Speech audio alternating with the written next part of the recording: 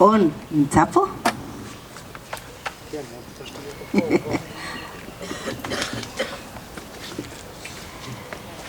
און גולן, שמיד יציג את עצמו, פגש את מורן כשהיה בן 17 במועדון הקראטה של אדמוני בחדרה, וחווה את החלק הזה, המדריך והמשפיע של מורן. השפעה שהולידה פירות בחייו של און. בבקשה, און.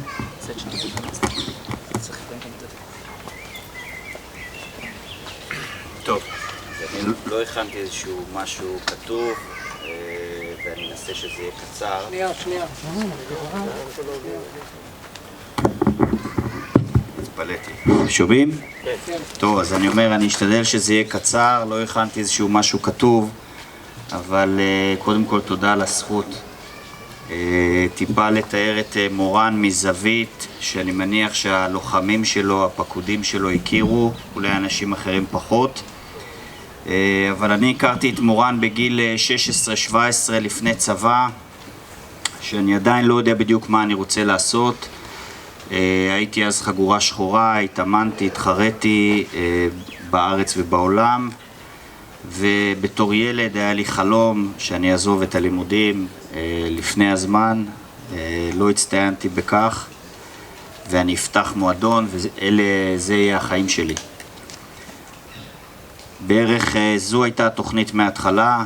שנה לפני הגיוס הגיע אלינו מורן למועדון, הוא היה מגיע בימי שישי בלבד, ימים פתוחים, מזרון פתוח, היו מגיעים הרבה חיילים, והיו באים ככה להוציא את המרץ של הסוף שבוע, ובדרך כלל על המזרון רוב הקרבות מתמקדים במרכז המזרון. מורן היה מהאנשים שהיה מגיע מזיע מאוד לאימון, כי הוא היה מרגיש צורך לרוץ ולהתחמם לפני.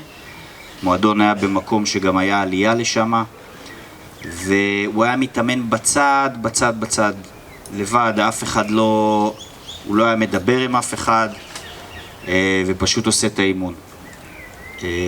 אני בעצם אחד המדריכים במועדון, לקחתי אותו אליי ואמרתי בוא נראה מה הוא שווה, בצחוק כמובן, והתחלנו לעבוד ולעשות קרבות.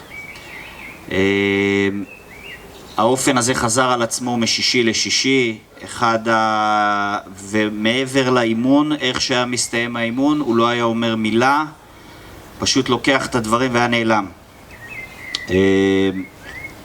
אחד הביקורים של מורן התחילו באותו אופן, היה איזשהו אירוע קרבות, ושידחו בינינו לאיזשהו קרב שהיה מאוד מאוד מאוד אגרסיבי וחזק, שמורן לא נפל ולא הציג שום כאב ושום דבר. אני אומר את זה עכשיו, אבל נצחק על זה עוד מעט.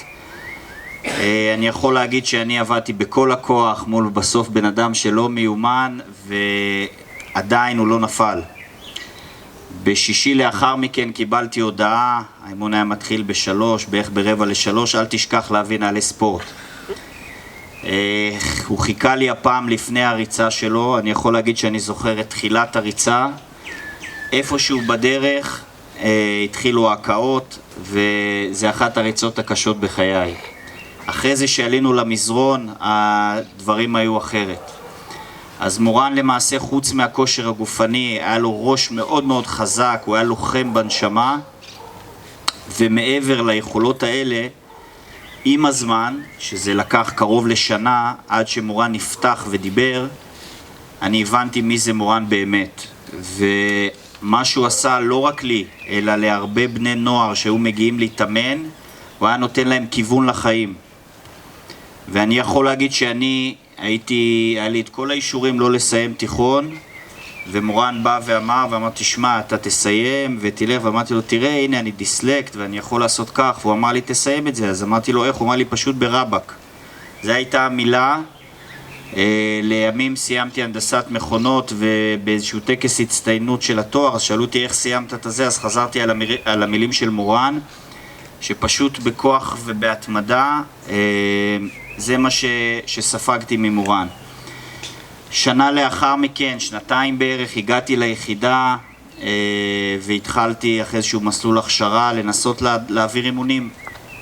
היחיד שהיה קרוב לליבי והכרתי ביחידה זה מורן, אי שם מהאזרחות, ואני אומר לו, מורן, אני מסתובב בפלגת הלוחמים ואין אימונים. המפקצים לא קובעים איתי, לא רוצים להגיע לאימון. אז הוא אמר לי, תשמע, אין ברירה, זה היה ככה חזר על עצמו כמה פעמים. הוא אמר לי, יש אימון סגל של צוות שעתיד לעלות לבית ספר, אז יש להם איזושהי הכנה של המפקץ והסגל שלו. תכניס אותם לאולם, תסגור את הדלת ותפצע את כולם.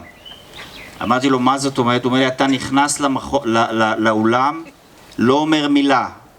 שמים מגנים, שמים קרבות, כאילו עושים מעגל, ואתה עובד אישית אחד עד שכולם פצועים. אני רוצה שהם יסתובבו בפלגה וכולם צולעים ופצועים.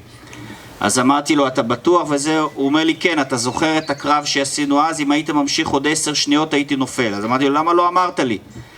אז 2 הוא שמר את זה בבטן, אבל הוא אמר לי, המכות שאז קיבלתי, אני מבטיח לך שהם לא יצליחו לעמוד בזה, וכך היה. אז זה היה גם הדרך של מורן לפעמים לבוא ולהראות ולקנות את המקום שלו. זהו, אז אני סך הכל נתתי עוד איזושהי זווית למורן, שאני פוגש אותו ואת הכלים שהוא נתן ואת תחושת המסוגלות הזו לאורך החיים שלי קדימה.